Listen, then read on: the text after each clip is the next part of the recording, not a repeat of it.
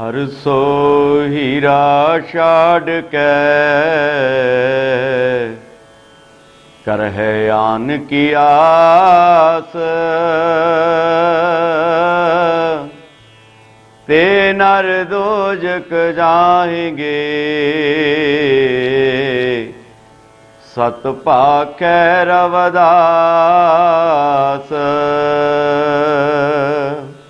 ते नर दोजक जाएंगे सत भाखै रवदास।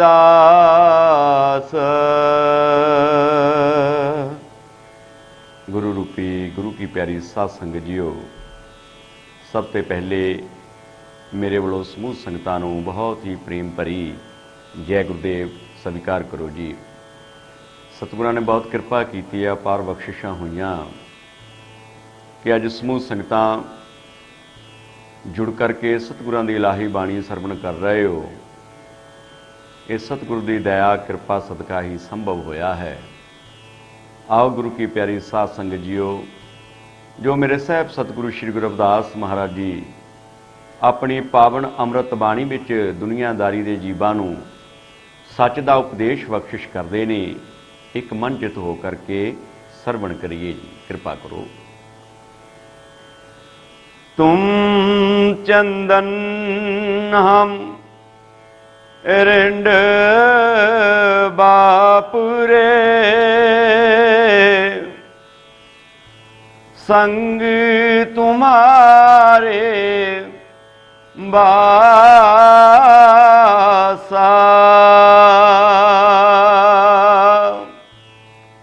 नीची रूखते ऊंच पए हैं,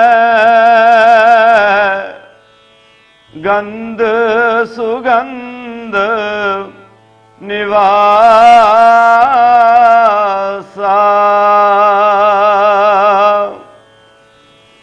माधो सतसंगत शरण तुम्हारी,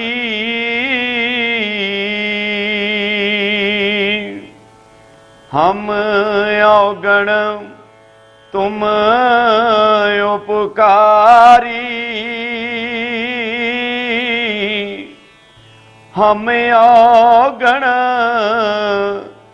तुम उपकारी।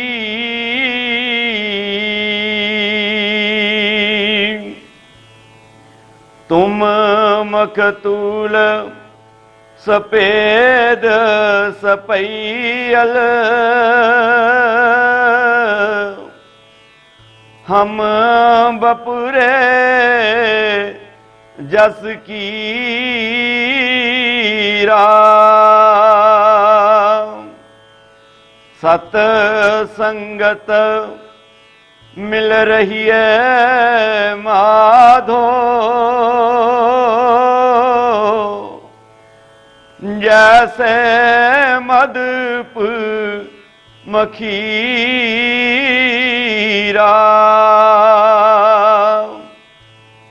जाति ओषा पाती ओषा, ओषा जन्म हमारा।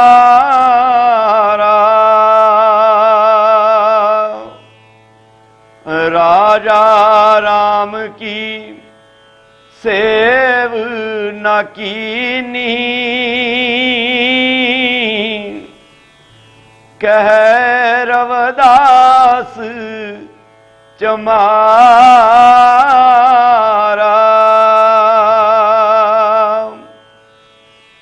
राजा राम की सेव न कीनी,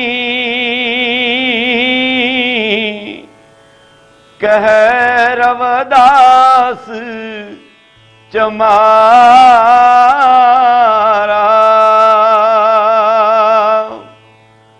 तुम चंदन हम रिंड बापुरे, संग तुम्हारे बासा,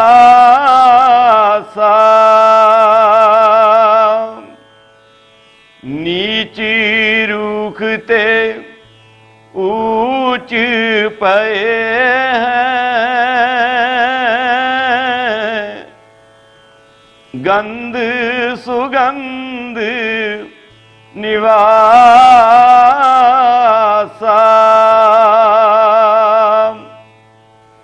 नीच रूखते ऊंच पए हैं, गंध सुगंध निवासा।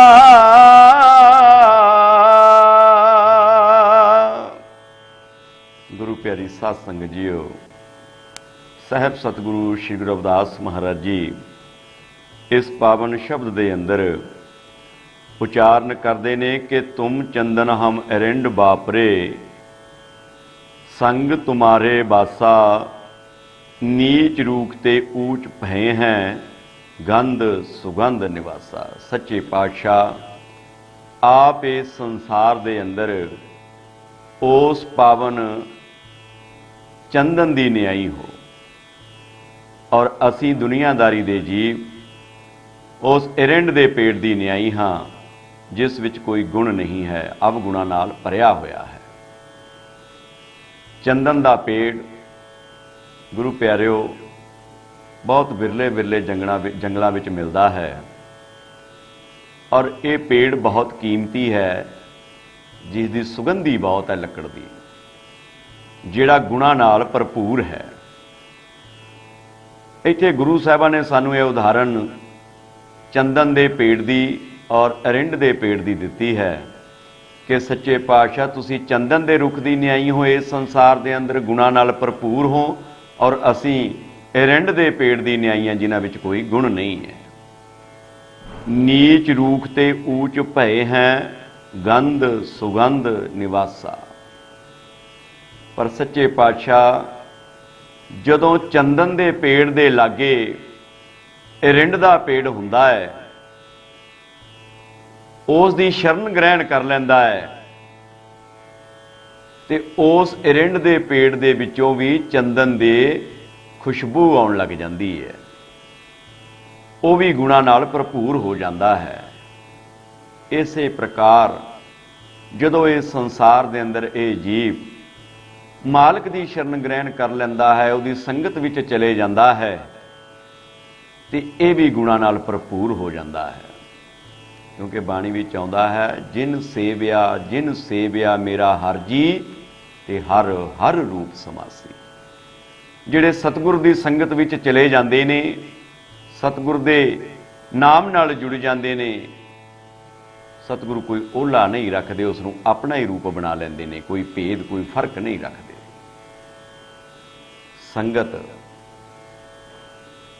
संगत किसी दी कर लैनी ये आम जही गल है, पर संगत करनी किस तरह की चाहिए है। हुण वेखो कि जेकर असी लोग संगत करते हाँ किसी शराबी दी, ते ये जीव भी उसे संगत की रंगत विच रंगिया जाता है, ये भी हौली हौली उन्हां वर्गा होना शुरू हो जाता है। जेकर ये जीव संगत करता है किसी जुआरियां दी, जूहा खेडन वालियां दी, ते ये भी हौली हौली उन्हां दी बैठक विच जा करके, उन्हां दी सोहबत विच जा करके उस तरह की बिरती का मालक बन जाता है। ये भी हौली हौली जूहा खेलना शुरू कर जाता है। जेकर संगत असी चोरां ठगां दी करिए तो हौली हौली उस संगत का रंग चढ़ता है, तो ये जीव भी फिर चोरियां ठगियां मारनियां शुरू कर लेंदा है। जेकर ये जीव किसी चंगे महापुरुषों की संगत करता है, पूर्ण महात्मा की संगत कर लेंदा है, फिर इसनूं भी हौली हौली उसका रंग चढ़ना शुरू हो जाता है। जदों जीव महापुरुषों की संगत विच जांदा है, उन्हां दी सोहबत विच जांदा है,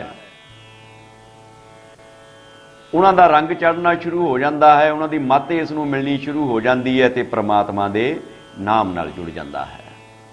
ਉਹਨਾਂ ਦੀ ਸੰਗਤ ਵਿੱਚ ਰਹਿ ਕੇ ਹੌਲੀ ਹੌਲੀ ਉਹਨਾਂ ਵਰਗਾ ਇਹਦਾ ਹਿਰਦਾ ਹੋ ਜਾਂਦਾ ਹੈ। ਆਤਮਾ ਨੂੰ ਰੰਗ ਜਿਹੜਾ ਹੈ ਉਹ ਮਾਲਕ ਦੇ ਨਾਮ ਦਾ ਚੜ੍ਹਨਾ ਸ਼ੁਰੂ ਹੋ ਜਾਂਦਾ ਹੈ ਸੰਤਾਂ ਮਹਾਂਪੁਰਸ਼ਾਂ ਦੀ ਸੰਗਤ ਕਰਕੇ।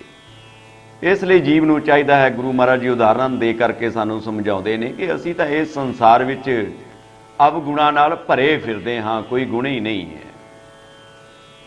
ਜੇਕਰ ਇਸ ਨੇ ਗੁਣਾਂ ਨਾਲ ਭਰਪੂਰ ਹੋਣਾ ਹੈ, ਆਤਮਿਕ ਗਿਆਨ ਪ੍ਰਾਪਤ ਕਰਨਾ ਹੈ, ਤੇ ਫਿਰ ਉਹਨਾਂ ਦੀ ਸੰਗਤ ਕਰਨੀ ਪਏਗੀ ਜਿਹੜੇ ਇਹਨਾਂ ਗੁਣਾਂ ਨਾਲ ਭਰਪੂਰ ਨੇ। ਸੰਤਾਂ ਮਹਾਂਪੁਰਸ਼ਾਂ ਦੀ ਸੰਗਤ ਵਿੱਚ ਜਾਏਗਾ ਤੇ ਉਹਨਾਂ ਵਾਂਗੂ ਪਾਵਨ ਹੋ ਜਾਏਗਾ, ਵਿਸ਼ਿਆਂ ਵਿਕਾਰਾਂ ਤੋਂ ਰਹਿਤ ਹੋ ਜਾਏਗਾ, ਮਾਲਕ ਦੇ ਨਾਮ ਨਾਲ ਜੁੜ ਕਰਕੇ ਆਵਾਗਮਨ ਦੇ ਚੱਕਰ ਤੋਂ ਮੁਕਤ ਹੋ ਜਾਵੇਗਾ। ਜਿੰਨਾ ਸਤਿਕਾਰ ਮਹਾਂਪੁਰਸ਼ਾਂ ਨੂੰ ਮਿਲਦਾ ਹੈ ਉਤਨਾ ਸਤਿਕਾਰ ਇਸ ਜੀਵ ਨੂੰ ਵੀ ਮਿਲਣ ਲੱਗ ਜਾਏਗਾ। ਜੇਕਰ ਅਸੀਂ ਹੋਰ ਦੁਨੀਆਦਾਰੀ ਦੀਆਂ ਸੰਗਤਾਂ ਜਿਹੜੀਆਂ ਰੋਜ਼ ਕਰਦੇ ਫਿਰਦੇ ਹਾਂ ਉਹ ਦੁਨੀਆਦਾਰੀ ਤੱਕ ਸੀਮਤ ਰਹਿ ਜਾਣਗੀਆਂ, ਲੇਕਿਨ ਮਹਾਂਪੁਰਸ਼ਾਂ ਦੀ ਸੰਗਤ ਭਾਈ ਬੇਗਮਪੁਰ ਦਾ ਵਾਸੀ ਬਣਾ ਦਿੰਦੀ ਹੈ ਇਸ ਜੀਵ ਨੂੰ, ਜਿਹੜਾ ਉਹਨਾਂ ਦੀ ਸੰਗਤ ਕਰ ਲੈਂਦਾ ਹੈ, ਉਹਨਾਂ ਦੀ ਸੋਬਤ ਵਿੱਚ ਚਲੇ ਜਾਂਦਾ ਹੈ। ਕਹਿੰਦੇ ਨੇ ਕਿ ਜੇਕਰ ਕਿਸੇ ਪੱਥਰ ਨੂੰ ਪਾਣੀ ਵਿੱਚ ਰੱਖ ਦਿੱਤਾ ਜਾਵੇ, ਜੇਕਰ ਉਸ ਪੱਥਰ ਦੇ ਉੱਤੇ ਪਾਣੀ ਦਾ ਕੋਈ ਅਸਰ ਨਹੀਂ ਹੋਵੇਗਾ ਤੇ ਇੱਕ ਫਾਇਦਾ ਵੀ ਉਸ ਨੂੰ ਜ਼ਰੂਰ ਹੋ ਜਾਵੇਗਾ। ਉਹ ਫਾਇਦਾ ਇਹ ਹੈ ਕਿ ਉਹ ਪਾਣੀ ਵਿੱਚ ਰਹਿ ਕਰਕੇ ਧੁੱਪ ਦੀ ਗਰਮੀ ਤੋਂ ਬਚਿਆ ਰਹੇਗਾ, ਮਿੱਟੀ ਘੱਟੇ ਤੋਂ ਬਚਿਆ ਰਹੇਗਾ, ਠੰਡਾ ਰਹਿੰਦਾ ਹੈ। ਇਸੇ ਪ੍ਰਕਾਰ ਜਦੋਂ ਇਹ ਜੀਵ ਮਹਾਂਪੁਰਸ਼ਾਂ ਦੀ ਸੰਗਤ ਵਿੱਚ ਜਾਂਦਾ ਹੈ, ਉਸ ਕੁਲ ਮਾਲਕ ਦੀ ਸੰਗਤ ਕਰਦਾ ਹੈ, ਫਿਰ ਇਹ ਵਿਕਾਰਾਂ ਤੋਂ ਬਚਦਾ ਹੈ, ਖੋਟੇ ਕਰਮਾਂ ਤੋਂ ਬਚਦਾ ਹੈ, ਔਰ ਇੱਕ ਸਮੇਂ ਜਾ ਕਰਕੇ ਇਹ ਜਮਦੂਤਾਂ ਦੀ ਮਾਰ ਤੋਂ ਵੀ ਬਚ ਜਾਂਦਾ ਹੈ। ਕਿਉਂਕਿ ਸੰਤ ਮਹਾਂਪੁਰਸ਼ ਇਸ ਸੰਸਾਰ ਵਿੱਚ ਆ ਕਰਕੇ ਭਾਈ ਸਾਨੂੰ ਸੱਚ ਦਾ ਮਾਰਗ ਦਿਖਾਉਂਦੇ ਨੇ। ਭਾਗਾਂ ਵਾਲੇ ਜੀਵ ਨੇ ਜਿਹੜੇ ਸੰਤਾਂ ਦੀ ਸੰਗਤ ਵਿੱਚ ਜਾ ਕਰਕੇ ਉਹਨਾਂ ਦੇ ਦੱਸੇ ਮਾਰਗ ਤੇ ਚੱਲਦੇ ਨੇ, ਉਹ ਗੁਣਾਂ ਨਾਲ ਭਰਪੂਰ ਹੋ ਜਾਂਦੇ ਨੇ। ਸਤਿਗੁਰੂ ਸ੍ਰੀ ਗੁਰੂ ਰਵਿਦਾਸ ਮਹਾਰਾਜ ਜੀ ਇਸ ਸੰਸਾਰ ਵਿੱਚ ਆ ਕਰਕੇ ਖੁੱਲ੍ਹਾ ਹੋਕਾ ਦੇ ਕਰਕੇ ਸਾਨੂੰ ਸਮਝਾਉਣਾ ਕਰਦੇ ਨੇ ਕਿ ਹਉ ਵੰਜਾਰੋ ਰਾਮ ਕੋ ਸਹਿਜ ਕਰੋ ਬਹਾਪਾਰ, ਮੈਂ ਰਾਮ ਨਾਮ ਧਨ ਲਾ ਦਿਆ ਬਿਖਲਾ ਦੀ ਸੰਸਾਰ, ਕੋ ਵੰਜਾਰੋ ਰਾਮ ਕੋ ਮੇਰਾ ਟਾਂਡਾ ਲਾ ਦਿਆ ਜਾਏ। ਕਹਿੰਦੇ ਕਿ ਭਾਈ ਇਸ ਸੰਸਾਰ ਦੇ ਵਿੱਚ ਅਸੀਂ ਸੱਚਾ ਵਣਜ ਕਰਨ ਵਾਸਤੇ ਆਏ ਹਾਂ, ਉਹ ਪ੍ਰਮਾਤਮਾ ਦੇ ਨਾਮ ਦਾ ਵਣਜ ਹੈ। ਹੁਣ ਵੇਖੋ ਕਿ ਜਿਨ੍ਹਾਂ ਨੇ ਸਤਿਗੁਰੂ ਸ੍ਰੀ ਗੁਰੂ ਰਵਿਦਾਸ ਮਹਾਰਾਜ ਜੀ ਦੇ ਇਸ ਹੋਕੇ ਨੂੰ ਸੁਣਿਆ, ਉਹਨਾਂ ਦੀ ਸ਼ਰਨ ਗ੍ਰਹਿਣ ਕੀਤੀ, ਉਹ ਵੀ ਉਹਨਾਂ ਵਾਂਗੂ ਪਾਵਨ ਹੋ ਗਏ, ਪੂਜਣ ਯੋਗ ਹੋ ਗਏ, ਉਹਨਾਂ ਦਾ ਸਤਿਕਾਰ ਇਸ ਸੰਸਾਰ ਵਿੱਚ ਉੱਚਾ ਹੋ ਗਿਆ। ਕਿਤਨੇ ਰਾਜੇ ਰਾਣੀਆਂ ਦਾ ਅਸੀਂ ਨਾਮ ਲੈਂਦੇ ਹਾਂ ਜਿਨ੍ਹਾਂ ਨੇ ਸਤਿਗੁਰੂ ਦੀ ਸ਼ਰਨ ਗ੍ਰਹਿਣ ਕੀਤੀ ਹੈ, ਉਹਨਾਂ ਦੀ ਸੰਗਤ ਕੀਤੀ ਹੈ, ਉਹਨਾਂ ਦੀ ਵੀ ਸੋਭਾ ਹੋਈ ਹੈ। ਜਿਹੜੇ ਅਸੀਂ ਜਿਵੇਂ ਕਿ ਰਾਣੀ ਮੀਰਾਬਾਈ ਜੀ ਕਹਿ ਕੇ ਸੰਬੋਧਿਤ ਕਰਦੇ ਸਾਂ, ਰਾਜਾ ਪੀਪਾ ਜੀ ਕਹਿ ਕੇ ਸੰਬੋਧਿਤ ਕਰਦੇ ਸਾਂ, ਜਦੋਂ ਇਹਨਾਂ ਦੀ ਸੰਗਤ ਵਿੱਚ ਆ ਗਏ ਉਹਨਾਂ ਨੂੰ ਵੀ ਅਸੀਂ ਸੰਤ ਮੀਰਾਬਾਈ ਜੀ ਕਹਿ ਕੇ ਸੰਬੋਧਿਤ ਕਰਨ ਲੱਗ ਪਏ, ਸੰਤ ਪੀਪਾ ਜੀ ਕਹਿ ਕੇ ਸੰਬੋਧਿਤ ਕਰਨ ਲੱਗ ਪਏ। ਇਸੇ ਪ੍ਰਕਾਰ ਗੁਰੂ ਸਾਹਿਬਾਂ ਨੇ ਸਾਨੂੰ ਉਦਾਹਰਨ ਦਿੱਤੀ ਹੈ ਕਿ ਜਦੋਂ ਚੰਦਨ ਦੇ ਕੋਲ ਰਿੰਡ ਦਾ ਪੇੜ ਉੱਗ ਜਾਂਦਾ ਹੈ, ਉਹਦੇ ਵਿੱਚੋਂ ਵੀ ਚੰਦਨ ਦੀ ਸੁਗੰਧ ਆਉਣ ਲੱਗ ਜਾਂਦੀ ਹੈ। ਇਸੇ ਪ੍ਰਕਾਰ ਜਦੋਂ ਸੰਤਾਂ ਦੀ ਸੰਗਤ ਵਿੱਚ ਇਹ ਜੀਵ ਚਲੇ ਜਾਂਦਾ ਹੈ, ਇਸ ਦਾ ਵੀ ਰੁਤਬਾ ਉੱਚਾ ਹੋ ਜਾਂਦਾ ਹੈ। ਕਿਉਂਕਿ ਸਾਡੇ ਮਨ ਵਿੱਚ ਇਹ ਇੱਕ ਧਾਰਨਾ ਬਣੀ ਰਹਿੰਦੀ ਹੈ ਕਿ ਇਸ ਸੰਸਾਰ ਦੇ ਵਿੱਚ ਮੇਰੀ ਬੱਲੇ ਬੱਲੇ ਹੋਵੇ, ਮੇਰਾ ਨਾਮ ਉੱਚਾ ਹੋਵੇ, ਲੋਕ ਮੈਨੂੰ ਸਤਿਕਾਰ ਨਾਲ ਵੇਖਣ, ਤੇ ਅਸੀਂ ਇਹ ਧਾਰਨਾ ਮਨ ਵਿੱਚ ਲੈ ਕਰਕੇ ਤੇ ਉਹ ਉਪਰਾਲੇ ਕਰਦੇ ਹਾਂ ਜਿਸ ਨਾਲ ਸਾਨੂੰ ਮਹਿਸੂਸ ਹੋਵੇ ਕਿ ਸਾਡਾ ਸਤਿਕਾਰ ਬਹੁਤ ਹੈ। ਇਸ ਤੇ ਚੱਲਦਿਆਂ ਕੋਈ ਕਿਸੇ ਮੰਤਰੀ ਸੰਤਰੀ ਦੇ ਨਾਲ ਬੈਠਕ ਉਠਕ ਆਪਣੀ ਕਰ ਲੈਂਦਾ ਹੈ, ਕੋਈ ਕਿਸੇ ਪੁਲਿਸ ਵਾਲੇ ਦੇ ਨਾਲ ਆਪਣੀ ਬੈਠਕ ਸ਼ੁਰੂ ਕਰ ਲੈਂਦਾ ਹੈ ਕਿ ਲੋਕ ਕਹਿਣ ਬਈ ਇਸ ਦੀ ਬਹੁਤ ਬਹਿਣੀ ਉੱਠਣੀ ਚੰਗੀ ਹੈ, ਸਤਿਕਾਰ ਵਧੇ। ਔਰ ਇਹ ਦੁਨੀਆਦਾਰੀ ਵਿੱਚ ਹੁੰਦਾ ਵੀ ਹੈ ਕਿ ਜਿਸ ਤਰ੍ਹਾਂ ਦੀ ਕੋਈ ਸੰਗਤ ਕਰਦਾ ਹੈ ਉਹਨੂੰ ਉਸੇ ਨਿਗਾਹ ਨਾਲ ਵੇਖਿਆ ਜਾਂਦਾ ਹੈ। ਪਰ ਜੇਕਰ ਅਸੀਂ ਉਸ ਦੀ ਸੰਗਤ ਕਰ ਲਈਏ ਜਿਹੜਾ ਇਸ ਸੰਸਾਰ ਵਿੱਚ ਵੀ ਉੱਚਾ ਹੈ ਤੇ ਜਿਹਦਾ ਡਾਂਕਾ ਭਾਈ ਬੇਗਮਪੁਰ ਦੇ ਵਿੱਚ ਵੀ ਵੱਜਦਾ ਹੈ, ਉਹ ਕੀ ਹੈ? ਪ੍ਰਭ ਕਾ ਸਿਮਰਨ सब ते उच्चा। ਜਿਹੜੇ ਜੀਵ ਫਿਰ ਸਤਿਗੁਰ ਦੀ ਸ਼ਰਨ ਵਿੱਚ ਜਾ ਕਰਕੇ ਸਤਿਗੁਰ ਦੀ ਸੰਗਤ ਕਰਦੇ ਨੇ, ਪ੍ਰਮਾਤਮਾ ਦੇ ਨਾਮ ਨਾਲ ਜੁੜ ਜਾਂਦੇ ਨੇ, ਮਾਲਕ ਦੇ ਨਾਲ ਸੰਗ ਕਰ ਲੈਂਦੇ ਨੇ, ਉਹ ਫਿਰ ਦੋਨਾਂ ਜਹਾਂ ਦੇ ਅੰਦਰ ਮਾਣ ਯਸ਼ ਪ੍ਰਾਪਤ ਕਰਦੇ ਨੇ। ਦੋਨਾਂ ਜਹਾਂ ਦੇ ਅੰਦਰ ਉਹਨਾਂ ਜੀਵਾਂ ਦਾ ਸਤਿਕਾਰ ਹੁੰਦਾ ਹੈ। ਜਿਹੜੀਆਂ ਅਸੀਂ ਦੁਨੀਆਦਾਰੀ ਦੀ ਸੰਗਤ ਕਰਦੇ ਫਿਰਦੇ ਹਾਂ ਗੁਰੂ ਪਿਆਰਿਓ, ਇਹ ਤੇ ਦੁਨੀਆਦਾਰੀ ਤੱਕ ਸੀਮਤ ਹੈ, ਪਰ ਜਿਹੜੀ ਉਸ ਕੁੱਲ ਮਾਲਕ ਦੀ ਸੰਗਤ ਕਰਨੀ ਹੈ, ਸਤਿਗੁਰ ਦੀ ਸੰਗਤ ਕਰਨੀ ਹੈ, ਉਹ ਦੋਨਾਂ ਜਹਾਂ ਦੇ ਅੰਦਰ ਆਪ ਰਖਵਾਲਾ ਬਣਦਾ ਹੈ। ਇਸ ਲਈ ਗੁਰੂ ਸਾਹਿਬ ਬਾਣੀ 'ਚ ਉਚਾਰਨ ਕਰਦੇ ਨੇ ਕਿ ਗੁਰ ਕੀ ਮੂਰਤ ਮਨ ਵਿਖੇ ਧਰੋ ਸੋ ਹਰਦਮ ਧਿਆਨ, ਨਾਮ ਦਾਨ ਇਸ਼ਨਾਨ ਕਰ ਦੁਆਰੇ ਪਾਵੇ ਮਾਨ। ਕਿ ਉਹਨਾਂ ਜੀਵਾਂ ਨੂੰ ਮਾਣ ਸਤਿਕਾਰ ਉਸ ਮਾਲਕ ਦੇ ਘਰ ਦੇ ਵਿੱਚ ਮਿਲਦਾ ਹੈ, ਉੱਚਾ ਸਥਾਨ ਪ੍ਰਾਪਤ ਹੁੰਦਾ ਹੈ। ਜਿਹੜੇ ਜੀਵ ਪੂਰਨ ਸਤਿਗੁਰ ਦੀ ਸੰਗਤ ਕਰਕੇ ਉਹਨਾਂ ਦੇ ਬਚਨਾਂ ਦੇ ਪਾਬੰਦ ਹੁੰਦੇ ਨੇ। ਭਾਗਾਂ ਵਾਲੇ ਜੀਵ ਨੇ ਜਿਹੜੇ ਭਾਈ ਪੂਰਨ ਸਤਿਗੁਰ ਦੀ ਸੰਗਤ ਵਿੱਚ ਜਾ ਕਰਕੇ, ਉਹਨਾਂ ਦੀ ਸੋਹਬਤ ਵਿੱਚ ਜਾ ਕਰਕੇ ਉਹਨਾਂ ਦੇ ਬਚਨਾਂ ਦੇ ਪਾਬੰਦ ਹੁੰਦੇ ਨੇ। ਮਾਧੋ ਸਤ ਸੰਗਤ ਸਰਨ ਤੁਮਾਰੀ,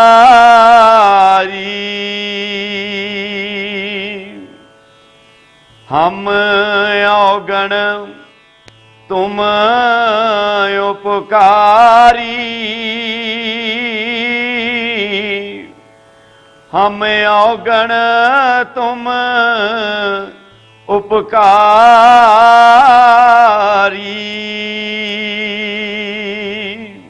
ਹੁਣ ਗੁਰੂ ਸਾਹਿਬ ਸਮਝਾਉਂਦੇ ਨੇ, ਮਾਧੋ ਸੱਚੇ ਪਾਤਸ਼ਾਹ ਸਤ ਸੰਗਤ ਸਰਨ ਤੁਮਹਾਰੀ। ਸੱਚੇ ਪਾਤਸ਼ਾਹ ਆਪ ਜੀ ਦੀ ਸ਼ਰਨ ਵਿੱਚ ਜਾਣਾ ਹੀ ਸਤ ਸੰਗਤ ਹੈ, ਸੱਚੀ ਸੰਗਤ ਹੈ। ਸਤ ਸੰਗਤ ਭਾਵ ਸੱਚੀ ਸੰਗਤ। ਜਿਵੇਂ ਬੇਨਤੀ ਕੀਤੀ ਕਿ ਦੁਨੀਆਦਾਰੀ ਦੀਆਂ ਜਿਹੜੀਆਂ ਅਸੀਂ ਸੰਗਤਾਂ ਕਰਦੇ ਹਾਂ ਉਹ ਤੇ ਦੁਨੀਆਦਾਰੀ ਤੱਕ ਸੀਮਤ ਹੈ, ਪਰ ਸਤਿਗੁਰ ਦੀ ਸ਼ਰਨ ਗ੍ਰਹਿਣ ਕਰਨੀ ਉਹ ਹੀ ਸੱਚੀ ਸੰਗਤ ਬਣਦੀ ਹੈ, ਕਿਉਂਕਿ ਉਹ ਸੰਗਤ ਜਿਹੜੀ ਹੈ ਇਸ ਭਵ ਸਾਗਰ ਤੋਂ ਤਾਰ ਦਿੰਦੀ ਹੈ, ਇਸ ਜੀਵ ਨੂੰ ਆਵਾਗਮਨ ਦੇ ਚੱਕਰ ਤੋਂ ਮੁਕਤ ਕਰ ਦਿੰਦੀ ਹੈ, ਆਪਣੇ ਮੂਲ ਘਰ ਪਹੁੰਚਾ ਦਿੰਦੀ ਹੈ ਕਿ ਇਹ ਜੀਵ ਆਤਮਾ ਜਿੱਥੇ ਦੀ ਰਹਿਣ ਵਾਲੀ ਹੈ ਉਹ ਆਪਣੇ ਮੂਲ ਘਰ ਵਿੱਚ ਵਾਪਸੀ ਕਰਦੀ ਹੈ। ਮਾਧੋ ਸਤ ਸੰਗਤ ਸਰਨ ਤੁਮਹਾਰੀ, ਹਮ ਔਗਣ ਤੁਮ ਉਪਕਾਰੀ। ਸੱਚੇ ਪਾਤਸ਼ਾਹ ਅਸੀਂ ਤੇ ਅਵਗੁਣਾਂ ਨਾਲ ਭਰੇ ਫਿਰਦੇ ਹਾਂ, ਅਸੀਂ ਅਵਗੁਣਾਂ ਦੇ ਵਿੱਚ ਫਸੇ ਹੋਣ ਕਰਕੇ ਆਪ ਕੋਲੋਂ ਮੁੱਖ ਮੋੜ ਕੇ ਤੁਰੇ ਫਿਰਦੇ ਹਾਂ, ਆਪ ਕੋਲੋਂ ਦੂਰ ਹੋ ਜਾਂਦੇ ਹਾਂ। ਪਰ ਆਪ ਇਤਨੇ ਵੱਡੇ ਉਪਕਾਰੀ ਹੋ, ਇਤਨੇ ਵੱਡੇ ਦਇਆਵਾਨ ਹੋ, ਫਿਰ ਸਾਡੇ ਤੇ ਦਇਆ ਕਿਰਪਾ ਮਿਹਰ ਕਰਕੇ ਸਾਨੂੰ ਆਪਣੇ ਚਰਨਾਂ ਨਾਲ ਜੋੜ ਲੈਂਦੇ ਹੋ, ਸਾਡੇ ਭਟਕਿਆਂ ਦੀ ਬਾਹ ਪਕੜ ਲੈਂਦੇ ਹੋ, ਸਾਨੂੰ ਕਲਾਵੇ ਵਿੱਚ ਭਰ ਲੈਂਦੇ ਹੋ। ਇਹ ਮਹਾਨਤਾ ਹੈ ਆਪ ਦੀ ਸੱਚੇ ਪਾਤਸ਼ਾਹ। ਸ਼ਰਨ ਗੁਰੂ ਪਿਆਰਿਓ, ਸ਼ਰਨ ਜਿਹੜੀ ਹੈ ਉਹ ਤਿੰਨ ਪ੍ਰਕਾਰ ਦੀ ਹੁੰਦੀ ਹੈ। ਪਹਿਲੀ ਸ਼ਰਨ ਉਹ ਹੈ ਕਿ ਜਦੋਂ ਅਸੀਂ ਪਹਿਲੀ ਵਾਰ ਕਿਸੇ ਦੇ ਕੋਲ ਜਾਂਦੇ ਹਾਂ, ਕਿਸੇ ਮਹਾਂਪੁਰਸ਼ ਦੇ ਘਰ ਜਾਂਦੇ ਹਾਂ, ਉਹਨਾਂ ਦੀ ਸੰਗਤ ਵਿੱਚ ਜਾਂਦੇ ਹਾਂ, ਤੇ ਮਨ ਵਿੱਚ ਇਹ ਲੈ ਕਰਕੇ ਜਾਂਦੇ ਹਾਂ ਕਿ ਇਹ ਮੇਰਾ ਕਾਰਜ ਹੋ ਜਾਏ ਤੇ ਮੈਂ ਆਪ ਦਾ ਰਿਣੀ ਹਾਂ, ਧੰਨਵਾਦ ਹੋਵੇਗਾ ਆਪ ਦਾ। ਉਹ ਕਾਰਜ ਪੂਰਾ ਕਰਾਉਣ ਵਾਸਤੇ ਅਸੀਂ ਪਹਿਲੀ ਵਾਰ ਜਾਂਦੇ ਹਾਂ, ਇਹ ਪਹਿਲੀ ਸ਼ਰਨ ਹੈ। ਜਦੋਂ ਕਾਰਜ ਪੂਰਾ ਹੋ ਗਿਆ ਫਿਰ ਇੱਥੇ ਜਾ ਕਰਕੇ ਦੂਸਰੀ ਸ਼ਰਨ ਸ਼ੁਰੂ ਹੁੰਦੀ ਹੈ। ਫਿਰ ਮਨ 'ਚ ਇਹ ਧਾਰਨਾ ਆਉਂਦੀ ਹੈ ਕਿ ਮੇਰਾ ਕਾਰਜ ਪੂਰਾ ਹੋ ਗਿਆ, ਹੁਣ ਮੈਂ ਇਸ ਦਰ ਤੋਂ ਬਿਨਾ ਦੂਸਰੇ ਦਰ ਤੇ ਨਹੀਂ ਜਾਣਾ। ਇਹ ਦੂਸਰੀ ਪ੍ਰਕਾਰ ਦੀ ਸ਼ਰਨ ਹੈ। ਤੀਸਰੀ ਸ਼ਰਨ ਕਿਹੜੀ ਹੈ ਕਿ ਗੁਰੂ ਦੀ ਸ਼ਰਨ ਵਿੱਚ ਜਾ ਕਰਕੇ ਇਹ ਕਹਿ ਦੇਣਾ ਕਿ ਸੱਚੇ ਪਾਤਸ਼ਾਹ ਮੈਂ ਤੇਰੀ ਰਜ਼ਾ ਵਿੱਚ ਰਹਿਣਾ ਚਾਹੁੰਦਾ ਹਾਂ, ਚਾਹੇ ਮੈਨੂੰ ਜਿੱਥੇ ਰੱਖੇਗਾ ਉੱਥੇ ਰਹਿਣ ਲਈ ਤਿਆਰ ਹਾਂ, ਚਾਹੇ ਮੈਨੂੰ ਫਕੀਰ ਬਣਾ ਦੇ ਤੇ ਚਾਹੇ ਮੈਨੂੰ ਗੁਨਾਹਗਾਰ ਬਣਾ ਦੇ, ਚਾਹੇ ਮੈਨੂੰ ਆਪਣਾ ਸੇਵਕ ਬਣਾ ਲੈ ਤੇ ਚਾਹੇ ਔਗੁਣਾਂ ਨਾਲ ਮੈਨੂੰ ਭਰ ਕੇ ਕਿਸੇ ਖੂੰਝੇ ਲਾ ਕੇ ਰੱਖ, ਮੈਂ ਤੇਰੇ ਸ਼ਰਨ ਵਿੱਚ ਰਹਿਣਾ ਚਾਹੁੰਦਾ ਹਾਂ। ਇਹ ਤੀਸਰੀ ਪ੍ਰਕਾਰ ਦੀ ਸ਼ਰਨ ਹੈ ਜਿਸ ਦੇ ਗੁਰੂ ਸਾਹਿਬ ਸਤਿਗੁਰੂ ਸ੍ਰੀ ਗੁਰੂ ਰਵਿਦਾਸ ਮਹਾਰਾਜ ਜੀ ਉਚਾਰਨ ਕਰਦੇ ਨੇ ਕਹਿ ਰਵਿਦਾਸ ਸਰਨ ਪ੍ਰਭ ਤੇਰੀ, ਜਿਉ ਜਹਨ ਹੋ ਤਿਉ ਕਰਗਤ ਮੇਰੀ। ਕਹਿੰਦੇ ਜਿਵੇਂ ਤੈਨੂੰ ਭਾਉਂਦਾ ਹੈ ਤਿਵੇਂ ਮੈਨੂੰ ਰੱਖ ਲੈ। ਇਹ ਤੀਸਰੀ ਪ੍ਰਕਾਰ ਦੀ ਸ਼ਰਨ ਹੈ। ਹੁਣ ਧਿਆਨ ਦਿਓ ਕਿ ਕਿਹੜਾ ਜੀਵ ਹੈ ਜਿਹੜਾ ਇਸ ਸ਼ਰਨ ਨੂੰ ਗ੍ਰਹਿਣ ਕਰਦਾ ਹੈ। ਪਹਿਲੀਆਂ ਦੋ ਪ੍ਰਕਾਰ ਦੀ ਸ਼ਰਨ ਤਾਂ ਅਸੀਂ ਜਾ ਕਰਕੇ ਗੁਰੂ ਚਰਨਾਂ ਵਿੱਚ ਗ੍ਰਹਿਣ ਕਰ ਲੈਂਦੇ ਹਾਂ। ਪਹਿਲਾਂ ਅਸੀਂ ਜਾਂਦੇ ਹਾਂ, ਅਸੀਂ ਮੰਨਤ ਲੈ ਕੇ ਜਾਂਦੇ, ਮੇਰੀ ਇਹ ਮੰਨਤ ਪੂਰੀ ਹੋ ਜਾਏ। ਉਹ ਮੰਨਤ ਪੂਰੀ ਹੁੰਦੀ ਹੈ ਤਾਂ ਫਿਰ ਅਸੀਂ ਕਹਿੰਦੇ ਕਿ ਇੱਥੇ ਮੇਰੀ ਮੰਨਤ ਪੂਰੀ ਹੁੰਦੀ, ਹੁਣ ਮੈਂ ਹੋਰ ਨਹੀਂ ਕਿਤੇ ਜਾਣਾ, ਇੱਥੇ ਹੀ ਜਾਇਆ ਕਰਨਾ। ਇਹ ਦੋ ਪ੍ਰਕਾਰ ਦੀ ਸ਼ਰਨ ਹੈ। ਪਰ ਅਸਲ ਜਿਹੜੀ ਸ਼ਰਨ ਉਹ ਤੇ ਇਹ ਹੈ ਕਿ ਸੱਚੇ ਪਾਤਸ਼ਾਹ ਜਿਵੇਂ ਤੈਨੂੰ ਭਾਉਂਦਾ ਹੈ ਤਿਵੇਂ ਮੇਰੇ ਨਾਲ ਕਰ ਲੈ। ਜਿੱਥੇ ਰੱਖਣਾ ਚਾਹੁੰਦਾ ਹੈ ਮੈਂ ਤੇਰੀ ਰਜ਼ਾ ਵਿੱਚ ਰਹਿ ਕੇ ਰਾਜੀ ਹਾਂ। ਇਹ ਕੋਈ ਵਿਰਲੇ ਵਿਰਲੇ ਜੀਵ ਹੁੰਦੇ ਨੇ ਜਿਹੜੇ ਭਾਈ ਇਹ ਸ਼ਰਨ ਗ੍ਰਹਿਣ ਕਰਦੇ ਨੇ। ਨਹੀਂ ਤੇ ਅਸੀਂ ਤੇ ਦੁਨੀਆਦਾਰੀ ਦੇ ਜੀਵ ਦੁਨੀਆ ਦੀ ਮਾਇਆ ਦੇ ਵਿੱਚ ਫਸੇ ਹੋਏ ਹਾਂ ਤੇ ਪਹਿਲੀ ਦੋ ਪ੍ਰਕਾਰ ਦੀ ਸ਼ਰਨ ਹੀ ਲਈ ਫਿਰਦੇ ਹਾਂ। ਜੇਕਰ ਅਸੀਂ ਪਹਿਲਾਂ ਹੀ ਜਾ ਕਰਕੇ ਕਿਤੇ ਗੁਰੂ ਦੀ ਚਰਨ ਵਿੱਚ ਜਾਂਦੇ ਹਾਂ ਆਪਣੀ ਮੰਨਤ ਮੰਗਣ ਵਾਸਤੇ, ਜੇ ਤੇ ਮੰਨਤ ਪੂਰੀ ਹੋ ਜਾਏ ਤਾਂ ਦੂਜੀ ਸ਼ਰਨ ਸਾਡੀ ਉੱਥੇ ਢੁਕਦੀ ਹੈ। ਨਹੀਂ ਤੇ ਅਸੀਂ ਫਿਰ ਪਹਿਲੀ ਸ਼ਰਨ ਤੋਂ ਬਾਅਦ ਹੀ ਕਿਤੇ ਹੋਰ ਪਾਸੇ ਜਾ ਕਰਕੇ ਹੋਰ ਸ਼ਰਨ ਜਿਹੜੀ ਹੈ ਪਹਿਲੇ ਪ੍ਰਕਾਰ ਦੀ ਲੈਣ ਲਈ ਤਿਆਰ ਹੋ ਜਾਂਦੇ ਹਾਂ, ਦੂਸਰਾ ਦਰ ਲੱਭਦੇ ਫਿਰਦੇ। ਸਾਡੀ ਭਟਕਣਾ ਜਿਹੜੀ ਹੈ ਉਹ ਕਿਉਂ ਨਹੀਂ ਪੂਰੀ ਹੁੰਦੀ? ਧਿਆਨ ਦਈਏ ਕਿਉਂ? ਕਿਉਂਕਿ ਅਸੀਂ ਅਜੇ ਆਪਣੀ ਗੁਰੂ ਦੇ ਪ੍ਰਤੀ ਟੇਕ ਮਜ਼ਬੂਤ ਨਹੀਂ ਕਰ ਸਕੇ। ਕੀ ਭਾਵ ਹੈ? ਆਓ ਧਿਆਨ ਦਿਓ ਕਿ ਅਸੀਂ ਜਦੋਂ ਆਪਣੇ ਸਤਿਗੁਰੂ ਦੀ ਸ਼ਰਨ ਵਿੱਚ ਜਾਂਦੇ ਹਾਂ ਤੇ ਕੀ ਸਾਡਾ ਮਨ ਜਿਹੜਾ ਹੈ ਉਹ ਗੁਰੂ ਚਰਨਾਂ ਵਿੱਚ ਇਕਾਗਰ ਹੈ? ਅਸੀਂ ਇਹ ਵਿਚਾਰ ਕਰੀਏ ਕਿ ਜਦੋਂ ਅਸੀਂ ਸਤਿਗੁਰੂ ਦੀ ਸ਼ਰਨ ਵਿੱਚ ਜਾਂਦੇ ਹਾਂ ਤੇ ਕਰਨ ਕੀ ਜਾਂਦੇ ਹਾਂ, ਉੱਥੋਂ ਕੀ ਲੈ ਕਰਕੇ ਆਉਂਦੇ ਹਾਂ, ਕੀ ਪ੍ਰਾਪਤ ਕਰਨ ਵਾਸਤੇ ਜਾਂਦੇ ਹਾਂ?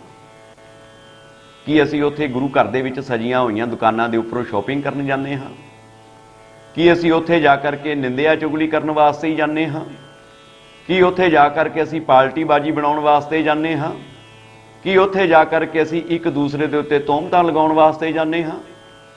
ਅਜੇ ਤੱਕ ਤੇ ਸਾਨੂੰ ਇਹ ਹੀ ਨਹੀਂ ਪਤਾ ਕਿ ਅਸੀਂ ਸਤਿਗੁਰੂ ਦੀ ਸ਼ਰਨ ਵਿੱਚ ਜਾਂਦੇ ਕੀ ਕਰਨ ਹਾਂ। ਇੱਕ ਉਦਾਹਰਣ ਲਈਏ ਕਿ ਇੱਕ ਬਹੁਤ ਵੱਡਾ ਬਾਦਸ਼ਾਹ ਹੈ। ਉਸ ਬਾਦਸ਼ਾਹ ਦਾ ਪ੍ਰੇਮ ਇੱਕ ਦਿਹਾਤੀ ਜੀਵ ਨਾਲ ਪੈ ਗਿਆ ਹੈ, ਇਨਸਾਨ ਨਾਲ ਪਿਆ ਹੈ। ਉਹ ਬਹੁਤ ਗਰੀਬ ਹੈ, ਪੇਂਡੂ ਹੈ। ਦੋਨਾਂ ਦਾ ਆਪਸੀ ਬਹੁਤ ਪ੍ਰੇਮ ਪੈ ਗਿਆ ਹੈ। ਬਾਦਸ਼ਾਹ ਵੀ ਜਾ ਕਰਕੇ ਉਸ ਨੂੰ ਮਿਲਦਾ ਹੈ ਤੇ ਅੱਜ ਬਾਦਸ਼ਾਹ ਨੇ ਉਸ ਆਪਣੇ ਮਿੱਤਰ ਨੂੰ ਇਨਵਾਈਟ ਕੀਤਾ ਹੈ, ਸੱਦਾ ਦਿੱਤਾ ਹੈ ਆਪਣੇ ਮਹੱਲਾਂ ਵਿੱਚ ਆਉਣੇ ਦਾ। ਹੁਣ ਉਹ ਸੱਜਣ ਦੇ ਮਨ ਵਿੱਚ ਬੜੀ ਖੁਸ਼ੀ ਹੈ ਕਿ ਮੈਨੂੰ ਯਾਦ ਕੀਤਾ ਬਾਦਸ਼ਾਹ ਨੇ, ਮੇਰੇ ਸੱਜਣ ਨੇ, ਮੇਰੇ ਪ੍ਰੇਮੀ ਮਿੱਤਰ ਨੇ। ਹੁਣ ਜਦੋਂ ਚਾਈ ਚਾਈ ਖੁਸ਼ੀ ਵਿੱਚ ਜਾਂਦਾ ਹੈ ਤੇ ਜਦੋਂ ਬਾਦਸ਼ਾਹ ਦੇ ਮਹੱਲ ਤੇ ਜਾ ਕਰਕੇ ਦਰਵਾਜ਼ੇ ਤੇ ਖੜਾ ਹੋ ਕੇ ਵੇਖਦਾ ਹੈ ਕਿ ਬਾਦਸ਼ਾਹ ਦਾ ਮਹੱਲ ਬਹੁਤ ਵੱਡਾ ਹੈ, ਕਿਉਂਕਿ ਬਾਦਸ਼ਾਹ ਹੈ। ਮਹੱਲ ਜਿਹੜਾ ਹੈ ਬੜਾ ਸ਼ਿੰਗਾਰਿਆ ਹੋਇਆ ਹੈ, ਚਾਰੇ ਪਾਸੇ ਹਰਿਆਲੀ ਹੈ। ਜਦੋਂ ਅੰਦਰ ਝਾਤ ਮਾਰਦਾ ਹੈ ਤੇ ਵੇਖਦਾ ਹੈ ਕਿ ਬਾਦਸ਼ਾਹ ਨੇ ਆਪਣੇ ਸਾਰੇ ਸ਼ੌਕ ਵੀ ਪੂਰੇ ਕੀਤੇ ਹੋਏ ਨੇ। ਬਾਦਸ਼ਾਹ ਨੇ ਆਪਣੇ ਮਹੱਲਾਂ ਦੇ ਵਿੱਚ ਪੰਛੀ ਰੱਖੇ ਹੋਏ ਨੇ, ਜੀਵ ਰੱਖੇ ਹੋਏ ਨੇ, ਪਸ਼ੂ ਰੱਖੇ ਹੋਏ ਨੇ, ਯੋਧੇ ਰੱਖੇ ਹੋਏ ਨੇ, ਫੌਜਾਂ ਰੱਖੀਆਂ ਹੋਈਆਂ ਨੇ। ਉਸ ਬਾਦਸ਼ਾਹ ਨੇ ਆਪਣੇ ਮਹੱਲਾਂ ਦੇ ਅੰਦਰ ਪਿਆਰੀਆਂ ਪਿਆਰੀਆਂ ਬਿੱਲੀਆਂ ਪਾਲ ਰੱਖੀਆਂ ਨੇ। ਉਸ ਬਾਦਸ਼ਾਹ ਨੇ ਆਰਾਮ ਆਰਾਮ ਦੀ ਰੱਟ ਲਗਾਉਣ ਵਾਲੇ ਤੋਤੇ ਪਾਲ ਰੱਖੇ ਨੇ। ਉਸ ਬਾਦਸ਼ਾਹ ਨੇ ਆਪਣੇ ਮਹੱਲਾਂ ਦੇ ਅੰਦਰ ਸ਼ੇਰ ਵੀ ਪਾਲ ਕੇ ਰੱਖੇ ਹੋਏ ਨੇ। ਔਰ ਉਸ ਬਾਦਸ਼ਾਹ ਨੇ ਵਫਾਦਾਰ ਕੁੱਤੇ ਵੀ ਪਾਲ ਕੇ ਰੱਖੇ ਹੋਏ ਨੇ। ਹੁਣ ਬਾਦਸ਼ਾਹ ਨੂੰ ਵੀ ਪਤਾ ਹੈ ਕਿ ਅੱਜ ਮੇਰਾ ਸੱਜਣ ਮੈਨੂੰ ਮਿਲਣ ਵਾਸਤੇ ਆ ਰਿਹਾ ਹੈ, ਮੈਂ ਬੁਲਾਇਆ ਹੋਇਆ ਹੈ।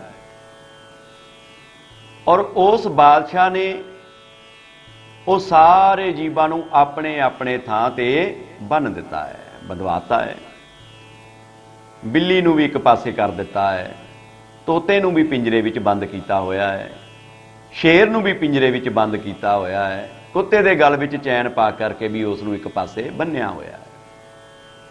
हुण इत्थे ध्यान देण योग गल है कि जदों असीं उस सज्जण ने अंदर पैर धरिया है, ये सब कुछ वेखिया है कि सारे जीव आपो अपनी थाई बैठे हुए ने। हुण जदों ये जीव अंदर गया है तो वह बोलन लगते ने, शेर गर्जना शुरू कर दिंदा है, जिहड़े कुत्ते ने वह भौंकण लगते ने, जिहड़ा तोता है वह राम राम करन लगदा है, अपनी अपनी रट लगा लेंदे ने, पर सारे अपनी अपनी जगह ते बज्जे हुए ने। हुण जेकर ये सज्जणे वेख के वह बज्जे हुए ने, कोई गल नहीं बोलते है, जेकर इन्हां नूं इग्नोर करके वह सीधा अपने बादशाह वल जांदा है तो बादशाह खुश हुंदा है, उसनूं गल बकड़ी पा करके उसनूं अंदर लै करके जांदा है, उसका सत्कार करता है, उसनूं भांत भांत दे जिहड़े पदार्थ ने वो छकाउंदा है। ते जेकर ये सज्जण दरवाजे अंदर जा करके इन्हां जीवां दे उत्ते इट्टां बट्टे मारने शुरू कर दवे, रोड़ियां मारनियां शुरू कर दवे, तो फिर बादशाह भी गुस्से हुंदा है। बादशाह गुस्से हुंदा है कि मैनूं पता है कि मेरे सज्जण ने आउणा है, मैं तो इन्हां नूं पहले ही बंद कीता होया है, डकिया होया है, ये तेरा कुछ नहीं बिगाड़ सकते, क्यों इन्हां दे फिर बंदियां होयां दे उपर भी तू इट्टां रोड़े पिया मारना है। वो क्रोधित हो जाता है। इसलिए भाई जदों असीं सतगुर दी शरण विच जांदे हां, अपने सतगुरु नूं मिलण वास्ते जांदे हां, ते फिर इदां दे जिहड़े काम क्रोध मोह लोभ हंकार भरीआं चीज़ां ने उन्हां दा त्याग करके उत्थे केवल ते केवल टेक अपने सतगुर दे प्रति रखनी है, अपने सतगुर दे दर्शन दीदार करके आउणा है, उहदियां रहमतां प्राप्त करके आउणियां ने। वो जिहड़ा भी दर ते जांदा है उहदियां झोलियां भर भर के भेजदा है। जेकर असीं बैठ के ते उत्थे भाई दूसरिਆਂ ਨੂੰ ਵੇਖ ਵੇਖ के उन्हां दी निंदिया चुगली करदे हां, उन्हां नाल ईरखा रखदे हां, एक दूसरे ਨੂੰ चंगा माड़ा बोलदे हां, ते फिर दसो बई वो जिहड़ा बादशाह दा बादशाह है वो किवें साडे ते खुश हो सकदा है। जेकर असीं ते बादशाह नूं खुश करना है, असीं किसे नूं खुश करन वास्ते नहीं जांदे। साडे वर्गे सारे उत्थे उस बादशाह दे कोलों कुछ ना कुछ लैण जांदे ने। इस वास्ते असीं निमाणे बन के झुक के उहदे दर दे कूकर बन के भिखारी बन के झोली फैला करके उहदे दर ते जाना है, वो मुरादां भर के सानूं तोरदा है। इसलिए प्यारिओ असीं जदों गुरु शरण विच जाइए सच्ची शरधा लै करके जाइए। अज पहली शरण ग्रहण करदे हां, टेक मजबूत हुंदी जांदी है, दूसरी शरण ग्रहण कर लैंदे हां, हौली हौली फिर वो बिरती बन जाती है। जदों ये जीव अपने सतगुर नूं समर्पित हो जाता है कि सच्चे पातशाह जिथे तू रखेगा मैं रहने लई तैयार हाँ, ये सच्ची शरण है। इसलिए सतगुरु रविदास महाराज इस पावन शब्द दी इन्हां पंक्तियां विच सानूं समझाउणा करदे ने कि माधो सत संगत सरन तुम्हारी, सच्चे पातशाह आप दी शरण विच जाना ही सच्ची संगत है। आप दी शरण विच चला गया अजिहा ही मैं समझदा कि मैं परमात्मा दी शरण विच चला गया। हम औगण तुम उपकारी, असी औगणा नाल भरे हुए हाँ। आप दी शरण विच आए, आप बख्शनहार हो, आप बख्शदे जा रहे हो। असी रोज़ गुनाह करते जाते हाँ, कदे हत्थां नाल गुनाह करते हैं, कदे अखां नाल गुनाह करते हैं, कदे कन्नां नाल गुनाह करते हैं, कदे जीभां नाल गुनाह करते हैं।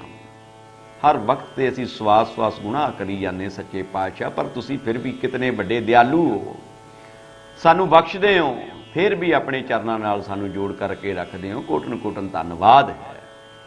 इसलिए गुरु की प्यारी साध संगत जीओ, सतगुरु बख्शनहार है।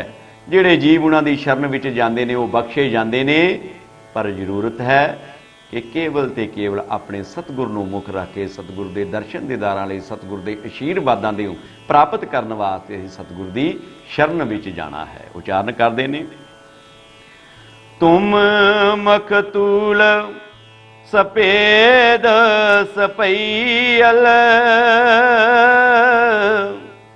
हम बपुरे जस की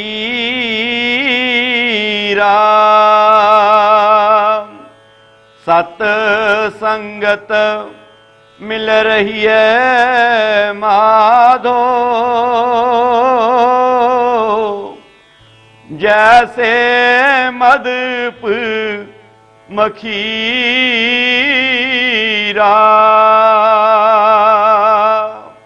तुम मखतूल, मखतूल हुंदा है रेशम। तुम मखतूल सफेद, सफेद हुंदा है चिट्टा जां सफेद। सपैयल, सपैयल हुंदा है पीला। सच्चे पातशाह तुम मखतूल सफेद सपैयल हम बपरे जस कीरा। तुसी उस चिट्टे पीले रेशम की न्याई हो ते असी उस कीड़े की न्याई हाँ जिहड़े रेशम विचों बाहर निकल के मारे जाते। कि जदों ये जीव सतगुर की शरण छड्ड के बाहर मुखी हुंदा है, फिर एक काल के दायरे दे विच तुरिया फिरदा है, काल के चक्कर दे विच फस जाता है ते एक दिन एक काल की चक्की दे विच पीसिया जाता है। बहुत सुंदर गुरु साहबान ने कमाल की उदाहरण दी है कि जितनी देर तिकर वो कीड़ा रेशम दे विच है वो आनंद माणदा है रेशम का, पर जिस समय रेशम तो बाहर होया तो वो मारिया जाता है। जदों एक उदाहरण लईए होर कि जिहड़ी चक्की चल रही है दाने पीसन वाली, लगातार उहदे विच दाने पै रहे ने ते वो पीस हो के आटा बन के बाहर आ रहे हैं, पर उन्हां दोनों पुड़ियां दे विच एक सेंटर एक्सल लग्या होया है, एक कुंडी लगी हुई है। जिहड़े दाने उस कुंडी दे नाल लग के रह जांदे ने, उस धुरे दे नाल लग के रहिंदे ने, वो दाने उन्हां पुड़ियां विच पीस होण तो बच जांदे ने। जिहड़े जीव सतगुर की शरण में चले जाते हैं, सतगुर के चरण कमलों नाल जुड़ के रहते हैं भाई, वो इस काल की चक्की तो बच जाते हैं। जिहड़े सतगुर तो बेमुख हो जाते हैं वो इस काल की चक्की विच पीसे जाते हैं। मुड़ मुड़ इस संसार दे विच उन्हां नूं जन्म लैना पैंदा है, मरना पैंदा है, जन्म मरण की पीड़ा सहनी पैंदी है। पर जिहड़े भाई सतगुर की शरण विच चले जाते हैं वो इस पीड़ा तो मुक्त हो जाते हैं। सत संगत मिल रही है माधो जैसे मधुप मखीरा। हुण इस पंक्ति की असी वेखते हैं कि जितने भी बहुत सारे साडे प्रचारक ने, साडे सियाणे लोग जिहड़े इस पंक्ति की जदों व्याख्या करते हैं तो वो कहते हैं कि गुरु साहिबान ने सानू ये कहा है कि तुसी भाई सब ने रल मिल के रहना है। मधु मक्खियां की न्याई रल के रहना है कि जिवें मधु मक्खियां अपने छत्ते विच इकट्ठियां होकर रहिंदियां ने, जेकर कोई उन्हां वल नूं उंगल भी कर दवे तो उसदे पेश पै जांदियां ने। ज़्यादातर असी यही इस पंक्ति का व्याख्यान सुनते हैं। चलो इस ते भी गौर कर लईए कि जेकर असी इस पंक्ति का यही अर्थ लेंदे हाँ कि गुरु साहिबान ने सानू कहा कि भाई रल मिल के रहो, मधु मक्खियां की न्याई रल के रहो, तो जेकर कोई तुहाडे वल उंगल भी करता है तो उसदे पेश पै जाओ। पर गुरु प्यारिओ जेकर असी इहदा ये भाव भी लेंदे हाँ तो ध्यान मार के देखिए कि की असी इस दे उत्ते अमल कर लिया है, कि असी वो प्रेम भावना नाल रहना सिख लिया है। उन्हां मधु मक्खियां की न्याई इकट्ठे होके बैठना रहना बहना की असी सिख लिया है, असी इस ते अमल करते हाँ। इस पंक्ति नूं गुरु साहिबान ने किसी एक जाति एक धर्म वास्ते नहीं, उन्होंने कुल आलम के जीवां वास्ते उपदेश दिता है। और जेकर मैं किसी मुल्क की गल करा कि की वो मुल्क जिहड़ा है उस मुल्क के सारे जीवां ने इस ते अमल कर लिया है। कितनी तरह तरह दी जातां पातां बना लईआं, कितने तरह तरह के भेद भाव पा लैने, कितनियां लड़ाइयां दंगे जिहड़े ने वो जातां पातां ते हो रहे हैं, नहीं असर किया। उस तो होर नीचे आ जाइए कि क्या किसी एक जात ने इस दे उत्ते अमल कर लिया है, इस एक जाति के लोगों ने इस पंक्ति ते अमल कर लिया है, उन्होंने भी नहीं अमल किया। हुण असी किसी ते नहीं अपने ते गल लैके आउंदे हैं कि की साडी कम्यूनिटी के लोगों ने इस दे उत्ते अमल किया है, कि असी इकत्तर हो गए हाँ, एक मुठ हो गए हाँ। गुरु महाराज की जो पंक्ति असी गज गज के स्टेजां के उत्ते बोलते हाँ कि गुरु महाराज सानू कहंदे कि भाई मधुमक्खियां दी न्याई इकट्ठे हो करके बैठो। कि असी बैठना सिख गए हैं? कित्थे असी भाई अजे इस दे लागे भी नहीं गए हाँ। कितने असी एक दूसरे दे नाल पाड़े पाए हुए ने। असी ते इत्थे तक दे पाड़े पा लए ने कि भाई ਉਹ डेरा किसी होर दा है ते ਇਹ डेरा किसी होर दा है, जद कि सारे डेरियां दे अंदर बाणी सतगुरु रविदास महाराज की इहो पंक्ति पढ़ी जाती है। लड़ाइयां शुरू हो जांदियां ने कि साडे डेरे दा ये सेवक दूसरे दे डेरे क्यों चला गया, या दूसरे डेरे दा सेवक साडे डेरे विच क्यों आ गया है। ये लड़ाइयां शुरू हो गई, वंडे गए असीं। पंक्ति ते गुरु महाराज दी ये नहीं सिखाउंदी, बाणी तो सतगुरां दी सानू उपदेश ने बख्शिश कर दी। उस तो अगे भी वंडे गए, एक एक डेरे दे अंदर असी जथेबंदियां विच वंडे गए हैं कि यह बंदा भाई उस जथेबंदी दा है, यह बंदा उस धड़े दा है, यह सेवक उस धड़े दा है। असी ये भी वंडियां पा लईआं। जेकर एक धड़े का दूसरे धड़े के किसी व्यक्ति को बुला लैंदा है तो उहदे उत्ते पाबंदियां लग जांदियां ने, उसका जीना मुहाल कर दिता जाता है, डेरे विच बैठना उठना मुश्किल कर दिता जाता है। क्यों? जेकर असी अमल ही नहीं करना है तो फिर ये प्रचार प्रसार जो चल रहा है इस पंक्ति का, फिर उसका लाभ कौन लेगा। भाव जद कि असी इस पंक्ति का वेखीए ते गुरु की प्यारी साध संगत जी कित्थे सानू जुड़ करके बैठने लिए सतगुरु रविदास महाराज जी कहते ने, ध्यान दईए। सत संगत मिल रही है माधो। गुरु महाराज जी कहते ने कि सत संगत, सच्ची संगत दे विच रल के एक हो करके सानू बैठना चाहिए है। जैसे मधुप मखीरा, कि जिमें मधु दियां मक्खियां जिहड़ियां ने, शहद दियां मक्खियां ने, वो अपने छत्ते दे उपर बैठियां ने, बड़े आराम तलबी नाल बैठियां होइयां उस छत्ते दे विच जिहड़ा शहद है उहदी मिठास दा आनंद माणदियां ने। इसे प्रकार इस जीव नूं सच्ची संगत विच जा करके, उस मालक दे नाम दी शरण विच जा करके, उहदी संगत विच जा करके सब दुनियादारी नूं भुल के एकाग्र हो करके ते उस मालक दे नाम दा रस दा आनंद मानना चाहिए है। पर असी ते गुरु प्यारी साध संगत जी असी ये समझते हैं कि इत्थे ही परमात्मा दा नाम लिया जाता है, दूसरे पासे तो मालक दा नाम ही नहीं लिया जाता। ये ते साडी अपनी श्रद्धा है। परमात्मा सच्चा, सत संगत, सच दी संगत, सत की है परमात्मा है, ते परमात्मा है किथे नहीं।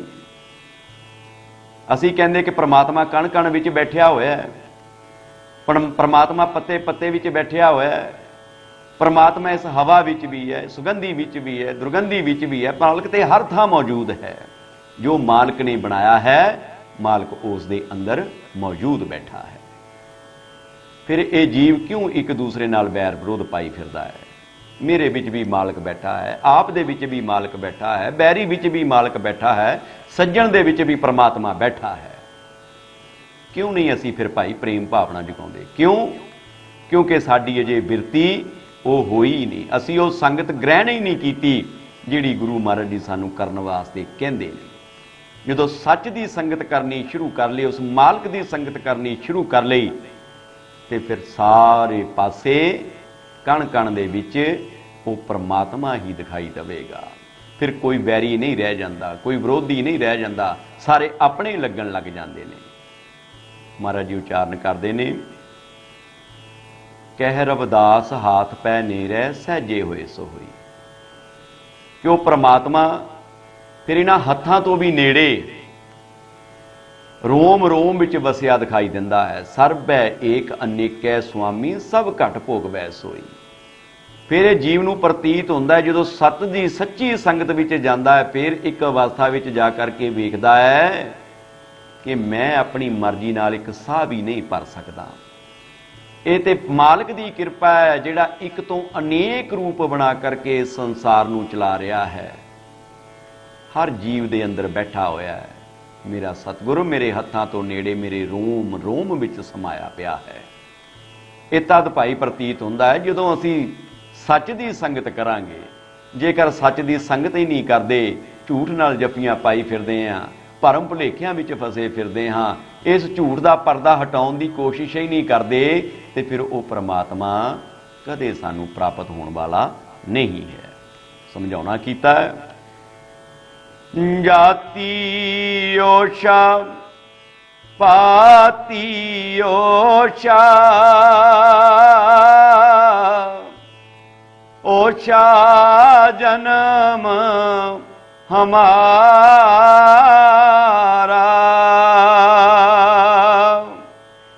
राजा राम की सेव न कीनी,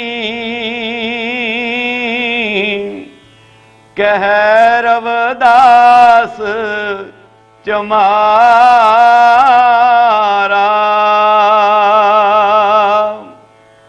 राजा राम की सेव न कीनी,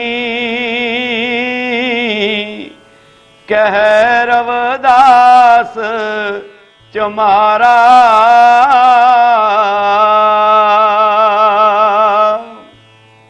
जाति ओशा कहते कि जेकर असी सतगुरु के नाम नाल नहीं जुड़े, उहदी शरण विच नहीं गए, ਤੇ ਜਿਹੜੀ ਜਾਤ ਦਾ ਮੈਨੂੰ ਮਾਣ ਹੈ ਕਿ ਮੈਂ ਬੜੀ ਉੱਚੀ ਜਾਤੀ ਦਾ ਹਾਂ, ਜਿਹਦਾ ਬੜਾ ਘਮੰਡ ਹੈ, ਜਿਹਦਾ ਹੰਕਾਰ ਹੈ, ਗੁਰੂ ਮਹਾਰਾਜ ਜੀ ਕਹਿੰਦੇ ਫਿਰ ਉਸ ਜਾਤੀ ਤੋਂ ਨੀਵੀਂ ਕੋਈ ਜਾਤੀ ਨਹੀਂ ਹੋ ਸਕਦੀ ਤੇਰੇ ਵਾਸਤੇ। ਪਾਤੀ ਓਸ਼ਾ, ਪਾਤੀ ਕਹਿੰਦੇ ਨੇ ਪਾਤ ਨੂੰ, ਕੁੱਲ ਨੂੰ, ਕੁਟੰਬ ਨੂੰ, ਕਿ ਕਿਸ ਕੁੱਲ ਦੇ ਅੰਦਰ ਜਨਮ ਲਿਆ ਹੈ। ਕਹਿੰਦੇ ਫਿਰ ਉਹ ਕੁੱਲ ਵੀ ਨੀਵੀਂ ਹੋ ਗਈ ਜਿਸ ਕੁੱਲ ਦਾ ਮਾਣ ਕੀਤਾ ਕਿ ਮੈਂ ਤੇ ਬੜੀ ਉੱਚੀ ਕੁੱਲ ਦੇ ਵਿੱਚ ਜਨਮ ਲਿਆ ਹੈ, मेरा कुणबा बड़ा उच्चा है। महाराज जी कहते वो भी फिर नीमा है। ओछा जन्म हमारा, कहते ये जिहड़ी मानस देही मिली है, 84 लख जूना विचों जिहड़ी सब तो उत्तम जिहड़ी जून है वो मानस देही है, मानस जामा है। कहते फिर ये भी उन्हां जूना वांगू गंदगी दे कीड़े वांगू प्रतीत हुंदी है। कदों हुंदी है? राजा राम की सेव ना कीनी, कह रविदास चमारा, कि जेकर परमात्मा के नाम की आराधना ना की, उहदी सच्ची शरण ग्रहण ना की, उहदे नाम की संगत ना की, तो फिर कहते भाई तेरा जन्म भी, तेरा कर्म भी, तेरी जाति भी, ते तेरी कुल भी जिहड़ी है वो सारा नीचा कहाया जाएगा। गुरु प्यारे इत्थे राजा राम की सेव ना कीनी, कई साडे सज्जन कह देंदे कि शायद दशरथ के बेटे राजा रामचंद्र की गल कीती है। नहीं, क्योंकि वो तो एक रियासत के राजे सन। गुरु महाराज ने तो उस बादशाह के बादशाह की गल कीती है जिहड़ा बेगमपुर का मालक है, जिहड़ा पत्थर अंदर बैठे कीड़े की खुराक की भी चिंता करता है। क्योंकि महाराज जी ने स्पष्ट कर दिता है बाणी विच, रविदास हमारे राम जी दशरथ कर सुत नाहे, राम हमी मेह रम रहो बिसब कुटुंब माहे। कहते असी दशरथ के मुंडे राजे राम की गल नहीं करते, रामचंद्र की गल नहीं करते, असी तो उस राम की गल करते हैं जिहड़ा घट घट दे विच समाया पिया है, जिहड़ा पूरे संसार की रचना करने वाला है और जिहड़ा इस संसार नूं चला रहा है। जेकर कहते उसनूं याद ना कीता ते फिर तेरा इस संसार दे अंदर आउणा ही बेअर्थ है। बाणी विच आउंदा है कि जिहड़े जीव सतगुर तो बेमुख हो जाते हैं, सतगुर के नाम तो दूर रह जाते हैं, गुर की शरण ग्रहण नहीं करते, उन्हां दी कंडीशन बहुत बुरी है। गुरु महाराज जी उन्हां नूं दुरकारदे ने, ਧ੍ਰਿਗ ਧ੍ਰਿਗ ਜੀਵਨ ਰਾਜੇ ਰਾਮ ਬਿਨਾ, जिना विसारिया राम नाम गुरु चरनी नहीं प्यार, ਧ੍ਰਿਗ तिना का जीवना काहू आए संसार। कहते उन्हां दा आउणा बहुत ही बेकार है, जिहड़े जीव इस जामे विच आ करके भी परमात्मा दे नाम तो वांझे रह गए। उन्होंने कोई खटिया ही नहीं इस संसार विच आ करके, क्योंकि मालिक दे घर जाण वास्ते, मूल घर विच वापसी करन वास्ते केवल ते केवल इस इंसानी जामे दे विच ही मालिक ने वो रस्ता रखिया है। उद्यम करेगा तो अपने मूल घर वापस चले जाएगा। जेकर इत्थे आकर के भी ठोकर खा गया तो मुड़ के फिर 84 लाख जूना दे विच नीचे आकर के गिरना पेगा, तरह तरह दी जूना विच जन्म लेना पेगा। सो गुरु की प्यारी साध संगत जीओ, सतगुरां ने उच्चारण किया है, जाति ओशा पाती ओशा, ओशा जन्म हमारा,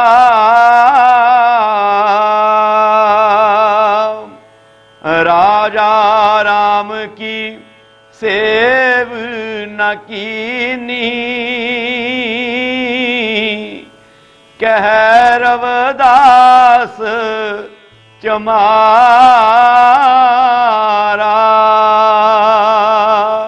सो गुरु प्यारिओ, सतगुरां ने इस पावन शब्द के अंदर सानू समझाउणा कीता है कि वह परमात्मा मेरा सतगुरु इस संसार के अंदर चंदन दे न्याई है और असी इस संसार के अंदर रिंड दे पेड़ की न्याई है। चंदन खुशबुआं बनता है और जिहड़ा रिंड है उहदे विच कोई गुण नहीं है, पर जदों ये चंदन दे पेड़ दे लागे रिंड का पेड़ उग जाता है तो इसकी मानता भी वध जाती है, इहदे विचों भी चंदन की खुशबू आनी शुरू हो जाती है। जदों ये जीव सतगुर की शरण विच चले जाता है, इसका रुतबा भी उच्चा हो जाता है, मालक इसनूं भी अपना रूप बना लैंदा है, कोई भेद नहीं छड्डदा, कोई फर्क नहीं छड्डदा। इसलिए उच्चारण किया कि माधो सत संगत सरन तुम्हारी, हम अवगुण तुम उपकारी, कि सतगुर की शरण ग्रहण करना ही सच्ची संगत है। असी अवगुणां नाल भरे फिरदे हाँ, पर सतगुरु बख्शणहार ने वो सानू फिर भी अपने गल नाल लगा लैंदा है, साडी बांह पकड़ लैंदा है। तुम मखतूल सफेद सपैयल हम बपरे जस कीरा। हुण सानू चेतावनी भी दिती है कि जेकर भाई असी मालक तो दूर जाते हाँ तो इस जीव लिए दुखों का राह बन जाता है। ये जीवन जिमें एक रेशम दे विच बैठा कीड़ा रेशम दे विच बैठा है तो वह सेफ है, आनंद माणदा है। जदों रेशम तो बाहर हो जाता है तो वह मृत्यु प्राप्त कर लैंदा है। सच्ची संगत जिहड़ी है वो सतगुरु दी है, उसकी शरण प्राप्त करनी चाहिए है। और इस प्रकार गुरु महाराज जी कहते हैं कि सच्ची संगत दे विच जा करके मधुमक्खियां दी न्याई सानू जिवें मधुमक्खियां आनंद माणदियां ने शहद दा उहदी मिठास जिहड़ी प्राप्त करदे ने, इस जीव नूं भी सच्ची संगत विच जा करके उस मालक दे नाम दा आनंद मानना चाहिए है। जेकर भाई असी इस संगत तो खुंझ जाते हाँ, मालक दी संगत नाम दी संगत नहीं करते, तो महाराज जी कहते भाई फिर तेरा जिहड़ा जन्म लैना भी इस संसार दे विच ओछा हो गया है, बहुत बुरा होया है, वो भी व्यर्थ गया है। जिहड़ी कुल दा मान करी फिरदा है वो भी व्यर्थ चले गई है, तो जिहड़ी भाई जाति दा मान करदा है कि उच्ची जाति दे हाँ असीं, वो भी व्यर्थ चले जाती है। तू सब तो नीच कहावेगा जेकर मालक दे नाम की आराधना ना कीती।